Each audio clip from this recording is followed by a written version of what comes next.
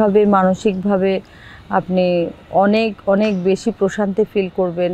গলফের মাঠে আসলে কেন জানি ওই বিষণ্ণতা চলে যায়, মন খারাপটা অটোমেটিক চলে যায়।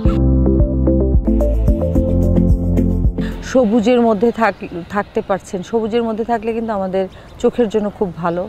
এবং রোদের মধ্যে আমি খেলছি, রোদের মধ্যে আমি পর্যাপ্ত পরিমাণ আমার প্রতিদিনের যা ভিটামিন ডি দরকার আমি নিতে পারছি। তো আমরা প্রায়শ যশোর ক্যান্টনমেন্টে টুর্নামেন্ট হতো, তো আমি ওখানে খেলতে যেতাম। তো সামহাও কীভাবে যেন পরপর আমি 4টা টুর্নামেন্টেই উইনার ট্রফি অর্জন করেছি। জিওসি ভাই ছিলেন, জেনারেল মুবিন ভাই, উনি বলেছে যে ভাবি যেহেতু পরপর 4টা হ্যাট্রিক করে ফেলেছে, ওনাকে আবার আরেকটা তোমরা এক্সট্রা ট্রফি দিবে।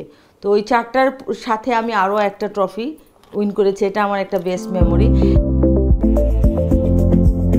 আমি দুবার গ্রিন জ্যাকেট পেয়েছি ক্লাব চ্যাম্পিয়নশিপ, এবং 2014-এ একবার, 2016-এ একবার।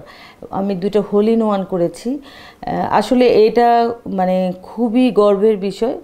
এই অ্যাচিভমেন্টগুলো আসলে আমাকে অনেক গর্বিত করে। আমি, আমার হাজব্যান্ড, আমার 2 বাচ্চা, 2 মেয়ে গলফ খেলছে। তো আমরা 4 জনই গলফ লাভিং ফ্যামিলি। আমার স্পাউস অনেক ভালো খেলে, আমি এবং আমার হাজব্যান্ড একসাথে খেলি এবং আমাদের অনেক ভালো লাগে, আমরা অনেক এনজয় করি। তো যখন আমরা অবশ্য একটা ম্যাচ প্লে খেলি, তো ম্যাচ প্লে খেলে যখন ও উইন করে তখন তাকে আমি একটা গিফট দেই, এবং আমি যখন উইন করি ও আমাকে একটা গিফট দেয়, যেটা আমাদের খেলাটা এই মানে ইন্সপিরেশনটা আরও বেশি হয় এবং ভালো লাগে। অন্য অন্য লেডিসদেরকেও ইনফ্লুয়েন্স করেছি এবং করব।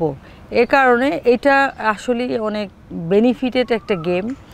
এটা এমন একটি খেলা, ছোট থেকে একদম বৃদ্ধ বয়স পর্যন্ত একমাত্র গলফই খেলা যায়। অন্য খেলাগুলো কিন্তু আমি বৃদ্ধ বয়স পর্যন্ত খেলতে পারছি না। একটু নিজের মতো করে নিজেকে সময় দেওয়া, নিজেকে ভালোবাসা, এটা মনে হয় গলফ ক্লাবেই, মানে গলফের মাঠেই সম্ভব। I love golfing.